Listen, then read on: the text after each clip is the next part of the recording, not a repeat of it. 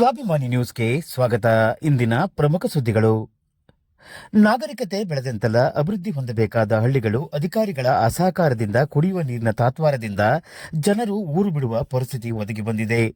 ರಾಜ್ಯಕ್ಕೆ ಬೆಳಕು ನೀಡುವ ಮತ್ತು ಸಾಗರ ತಾಲೂಕಿಗೆ ನೀರುಣಿಸುವ ಶರಾವತಿ ಹಿನ್ನೀರ ಪ್ರದೇಶದಲ್ಲಿರುವ ಬಿಚ್ಚಗೋಡು ಗ್ರಾಮಕ್ಕೆ ಸ್ವಾತಂತ್ರ್ಯ ದೊರಕಿ 75 ವರ್ಷಗಳು ಕಳೆದರೂ ಕುಡಿಯುವ ನೀರಿಲ್ಲ. ಇಲ್ಲಿಯ ಜನರ ಮುಖರೋಧನೆ ಸರ್ಕಾರಕ್ಕೆ ಕೇಳಿಸುತ್ತಿಲ್ಲವೇ? ಈ ಬಗ್ಗೆ ಸಾಗರದ ದೇಶಿ ಫೌಂಡೇಶನ್ನ ಶ್ರೀಧರ ಮೂರ್ತಿ ತೀವ್ರ ಆಕ್ರೋಶ ವ್ಯಕ್ತಪಡಿಸಿದ್ದಾರೆ. ಈ ಬಗ್ಗೆ ಅಧಿಕಾರಿಗಳಿಗೆ ಗಡುವು ನೀಡಿ ಹೋರಾಟಕ್ಕೆ ಧುಮುಕುವ ಬಗ್ಗೆ ಪತ್ರಿಕಾಗೋಷ್ಠಿಯಲ್ಲಿ ಮಾತನಾಡಿದರು. ಸಾಗರ ನಗರಸಭೆಯಲ್ಲಿ ಎಲ್ಲವೂ ಸರಿಯಿಲ್ಲ. ಸ್ವಚ್ಛತೆ ಕಾಪಾಡುವುದರಲ್ಲಿ ಅಧಿಕಾರಿಗಳು ನಿರ್ಲಕ್ಷ್ಯ ಎದ್ದು ತೋರುತ್ತಿದೆ. ಈ ಸ್ವತ್ತು ಸರ್ಕಾರಿ ಆದೇಶ ಹೆಸರಿಗೆ ಮಾತ್ರ. ಈಗಾಗಲೇ 2-3 ವರ್ಷಗಳಿಂದ ಈ ಸ್ವತ್ತಿಗೆ ಅರ್ಜಿ ಹಾಕಿದವರಿಗೆ ಈ ಸ್ವತ್ತು ಕೆಲವರಿಗೆ ನೀಡಿಲ್ಲ. ಇಲ್ಲಿ ಅಧಿಕಾರಿಗಳ ಮತ್ತು ಏಜೆಂಟರುಗಳಿಂದ ಈ ಸ್ವತ್ತು ಮಾರಾಟವಾಗುತ್ತಿದೆ. ಸರ್ಕಾರಿ ಕಾಲೇಜುಗಳಲ್ಲಿ ಸ್ವಚ್ಛತೆ ಇಲ್ಲದೆ ವಿದ್ಯಾರ್ಥಿಗಳು ಸಮಸ್ಯೆಯಾಗುತ್ತಿದೆ. ಈ ಬಗ್ಗೆ ಆಡಳಿತ ಏನು ಮಾಡುತ್ತಿದೆ ಎಂದರು.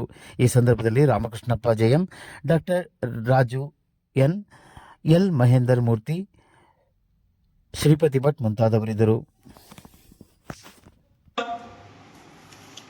ಏನು ನಮ್ಮ ಸಾರ್ವಜನಿಕರು ತಮ್ಮ ಕುಂದುಕೊರತೆಗಳ ವಿಚಾರ ಇರ್ಬೋದು, ಅವರಿಗಾದಂತಹ ಬೇರೆ ಬೇರೆ ರೀತಿಯ ಸರ್ಕಾರದ ಅವ್ಯವಸ್ಥೆಗಳ ವಿಚಾರಗಳನ್ನ ನಮ್ಮ ಸಂಸ್ಥೆ ಗಮನಕ್ಕೆ ತಂದ ನಂತರದಲ್ಲಿ ನಾವುಗಳು ಸಾಗರದ ಉಪವಿಭಾಗಾಧಿಕಾರಿಗಳಿಗೆ ದೂರನ್ನು ನೀಡುವ ಮುಖಾಂತರ ಹಾಗೂ ಮನವಿಯನ್ನು ಮಾಡುತ್ತಾ ಈ ಸಮಸ್ಯೆಯನ್ನು ಬಗೆಹರಿಸಿಕೊಳ್ಳುವ ನಿಟ್ಟಿನಲ್ಲಿ ತಕ್ಷಣದಲ್ಲಿ ಕಾರ್ಯಕ್ರಮ ಆಗಬೇಕು ಅನ್ನೋ ಒಂದು ಮನವಿಯನ್ನು ಮಾಡಿಕೊಡ್ತಾ ಇತ್ತೀಚಿನ ದಿನಗಳಲ್ಲಿ ಮಾಡ್ಕೊಂಡು ಬರ್ತಾ ಇರುವಂತಾಗಿದೆ. ಇದರಲ್ಲಿ ಅತಿ ಪ್ರಮುಖವಾಗಿರುವಂತಹ ಒಂದಿಷ್ಟು ವಿಚಾರಗಳನ್ನ ಇವತ್ತು ನಮ್ಮ ಸಾರ್ವಜನಿಕರ ಮುಖಾಂತರ ಗಮನಕ್ಕೆ ತರಲಿಕ್ಕೆ ನಾವು ಪ್ರಯತ್ನ ಮಾಡಿರುವುದು. ಪ್ರಥಮವಾಗಿ ಕಡೂರು ಹೋಬಳಿಯ ಕುದ್ರೂರು ಗ್ರಾಮ ಪಂಚಾಯಿತಿಯಲ್ಲಿರುವಂತಹ ಬಿಚ್ಚಗೋಡು ಎಂಬ ಊರಿನಲ್ಲಿ ಇಷ್ಟು ವರ್ಷಗಳಿಂದಲೂ ಸಹಿತ ಒಂದು ಕುಡಿಯುವ ನೀರಿನ ವ್ಯವಸ್ಥೆ ಮಾಡಿಕೊಳ್ಳೋದ್ರಲ್ಲಿ ಅಲ್ಲಿನ ಸ್ಥಳೀಯವಾಗಿರ್ಬೋದು ಅಥವಾ ಮೇಲ್ಮಟ್ಟದ ಏನು ಒಂದು ಹೀನ ರಾಜಕಾರಣ ಇದೆ, ಅದರ ಜೊತೆಗೆ ಕಣ್ಣು, ಕಿವಿ, ಹೃದಯವೇ ಇಲ್ಲದಂತಹ ಒಂದು ಆಡಳಿತದ ವ್ಯವಸ್ಥೆ ಇದೆ. ಇವರು ಇಲ್ಲಿವರೆಗೂ ಸಹಿತವಾಗಿ ಕುಡಿಯ ನೀರಿನ ವ್ಯವಸ್ಥೆಯನ್ನು ಮಾಡಿಕೊಡ್ತಾರೆ ಇರೋದ್ರಿಂದ ಆ ಗ್ರಾಮಸ್ಥರಿಗೊತ್ತು ಸ್ವಲ್ಪ ದಿವಸ ಹಿಂದಿಂದ ನಮ್ಮ ಸಂಘಟನೆ ಗಮನಕ್ಕೆ ವಿಚಾರ ತಂದ ನಂತರದಲ್ಲಿ ನಾವು ಎಸಿ ಅವರಿಗೆ ಇದನ್ನ ಗಮನಕ್ಕೆ ತಂದ ತಕ್ಷಣದಲ್ಲಿ ಈ ಮೂಲಭೂತ ಸೌಕರ್ಯವನ್ನು ಮಾಡಿಕೊಡ್ಬೇಕು ಅಂತ ಒಂದು ಆಗ್ರಹವನ್ನು ಸಿದ್ಧ ಮಾಡಲಾಗಿತ್ತು. ಹಾಗೆ ಅದ್ದೂರಿ ಸಾರ್ವಜನಿಕರ ಬೇರೆ ಇತರ ಸಮಸ್ಯೆಗಳ ಸಾಗರದ ಎಲ್ಲ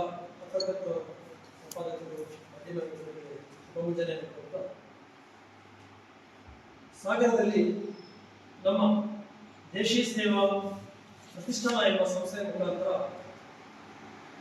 ಹಲವಾರು ವರ್ಷಗಳಿಂದ ಹತ್ತಾರು ರೀತಿಯ ಸಾರ್ವಜನಿಕ ಸೇವೆಯ ಭಾಗವಾಗಿ ಅರಿವು ಮತ್ತು ಜಾಗೃತಿಯನ್ನು ಮೂಡಿಸುವಂತಹ ಹಾಗೂ ಅನಿವಾರ್ಯವಾದಾಗ ಒಂದ ಜನರ ಪರವಾಗಿ ಹೋರಾಟದ ಮುಖಾಂತರ ನ್ಯಾಯ ಕೊಡಿಸುವಂತಹ ಹತ್ತಾರು ಪ್ರಯತ್ನಗಳನ್ನು ಮಾಡಿರುವಂತಹ ಈ ಸಂಸ್ಥೆ ಇಂದು ಸಾರ್ವಜನಿಕರನ್ನು ಒಳಗೊಂಡಂತೆ ದೇಶಿ ಸೇವಾ ಬ್ರಿಗೇಡ್ ಎಂಬ ಒಂದು ಸಂಘಟನೆ ಮುಖಾಂತರ ಸಾಗರ ತಾಲೂಕಿನ ಭಾಗದಲ್ಲಿ ಆಗುತ್ತಿರುವಂತಹ ಸಾರ್ವಜನಿಕ ಕುಂದುಕೊರತೆಗಳಿರ್ಬೋದು, ಅನ್ಯಾಯ, ಶೋಷಣೆ, ದಬ್ಬಾಳಿಕೆ ಮತ್ತು ಸರ್ಕಾರದ ವ್ಯವಸ್ಥೆಯಲ್ಲಿ ಅಧಿಕಾರಿಗಳಿಂದ ಆಗುವಂತಹ ವಿಳಂಬ, ಲಂಚಾವತಾರ, ಭ್ರಷ್ಟಾಚಾರ ಅಥವಾ ಇನ್ನಿತರ ಇತ್ಯಾದಿ ಸಮಸ್ಯೆಗಳನ್ನು ಇವತ್ತು ಸಾರ್ವಜನಿಕರು ದೇಶಿ ಸೇವಾ ಬ್ರಿಗೇಡ್ ಎಂಬ ಸಂಘಟನೆಯ ಮುಖಾಂತರ ತಮಗಾಗುತ್ತಿರುವಂತಹ ಅನ್ಯಾಯವನ್ನು ದೂರಿನ ಮುಖಾಂತರ ತಿಳಿಸಿದಾಗ ಈ ಸಂಘಟನೆಯಲ್ಲಿರುವಂತಹ ಪ್ರಜ್ಞಾವಂತ ಬಹಳಷ್ಟು ನಮ್ಮ ಸಮಾಜದಲ್ಲಿ ಸಮಾಜದ ಒಂದು ಮುಖ್ಯವಾಗಿ ಮನಸ್ಸಿಟ್ಕೊಂಡು ಕೆಲಸ ಮಾಡ್ತಿರುವಂತಹ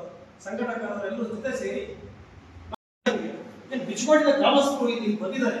ಇಷ್ಟು ವರ್ಷಗಳಿಂದಲೂ ಸಹಿತ ಅವರಿಗೆ ಹತ್ತಾರು ರೀತಿಯ ಮನವಿಗಳನ್ನ ಎಷ್ಟೇ ಬೇಡ್ಕೊಂಡ್ರು ಸಹಿತ ಸಾಗರ ತಾಲೂಕಿನ ಕೆಲವು ಕಡೆ ನೀರಿನ ವ್ಯವಸ್ಥೆ ಎಲ್ಲ ಆಗಿದ್ದು ಈ ಊರಿಗೆ ಬಿಚ್ಚಗೋಡು ಗ್ರಾಮಕ್ಕೆ ನೀರಿನ ವ್ಯವಸ್ಥೆ ಕೊಡದೇ ಅವರನ್ನ ಈ ನಾಗರಿಕ ವ್ಯವಸ್ಥೆಯಿಂದ ದೂರ ಇಡುವಂತ ಏನು ಹೀನ ರಾಜಕಾರಣ ಬಂದಿದೆ, ಆಡಳಿತ ವ್ಯವಸ್ಥೆ ಬಂದಿದೆ.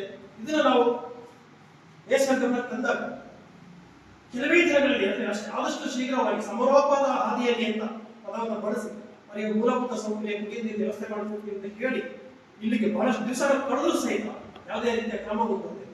ಹಾಗಾಗಿ ಆ ನಂತರದಲ್ಲಿ ಯಾವ ಇಂಜಿನಿಯರ್ ಸಂಬಂಧಪಟ್ಟ ಏಡಬ್ಲ್ಯೂ ಬಂದು ಗ್ರಾಮಸ್ಥರು ಮುಂದೆ ಇಲ್ಲ ನಮಗೆ 3-4 ತಿಂಗಳು ಇನ್ನೂ ನಮಗೆ ಕೊಡಲಿಕ್ಕೆ ಸಾಧ್ಯ ಆಗೋದಿಲ್ಲ. ನಮ್ಮಲ್ಲಿ ನನ್ನ ಹೆಸರು ರಾಜು, ಬಿಚ್ಚಗೋಡು ಅಂತೇಳಿ ಕುದ್ರೂರು ಗ್ರಾಮದವರು. ನಾವು ಕುಡಿಯ ನೀರಿಗಾಗಿ ತುಂಬ ವರ್ಷಗಳಿಂದ ತುಂಬ ಜನರಿಗೆ ಅರ್ಜಿ ಕೊಟ್ಟಿದ್ದೀವಿ. MLA ಗಳಿಗೆ ಅರ್ಜಿ ಕೊಟ್ಟಿದ್ದೀವಿ, ಗ್ರಾಮ ಪಂಚಾಯತಿಗೆ ಅರ್ಜಿ ಕೊಟ್ಟಿದ್ದೀವಿ. ಗ್ರಾಮ ಪಂಚಾಯತಿಯವ್ರು ಬಂದು ಹೇಳ್ತಾರೆ ನಿಮ್ಮ ಅರ್ಜಿ ಪ್ರತಿ ಬೇಸಿಗೆಯಲ್ಲಿಯೂ ನಾನು ನಿಮ್ಮದೇ ಅರ್ಜಿ ಮೊದಲಿದೆ, ನಿಮ್ಮ ಹೆಸರು, ನಿಮ್ಮ ಊರಿನ ಹೆಸರು ಮೊದಲಿದೆ ಅಂತ ಹೇಳ್ತಾರೆ ಬಿಟ್ಟರೆ ಇಷ್ಟು ವರ್ಷಗಳು ಕಳೆದ್ರೂ ಸಹಿತ ನಮಗೆ ನೀರು ಕೊಟ್ಟಿಲ್ಲ. ಸುಮಾರು ನನಗೆ ಗೊತ್ತಿದ್ದಲ್ಲಿಂದ ನಾನು ಹುಟ್ಟದಲ್ಲಿಂದನೂ ಪ್ರಯತ್ನ ಪಡ್ತಾ ಇದ್ದೀನಿ ಅಂತ ಹೇಳಿದ್ರು ತಪ್ಪಿಲ್ಲ. ಅಷ್ಟು ವರ್ಷಗಳು ನಮ್ಮ ತಂದೆಯ ಕಾಲದಾಗಿಲ್ಲ, ನಮ್ಮ ಕಾಲದಾಗಿಲ್ಲ, ನಮ್ಮ ಅಜ್ಜನ ಕಾಲದಾಗಂತೂ ಕೊಟ್ಟೇ ಇಲ್ಲ.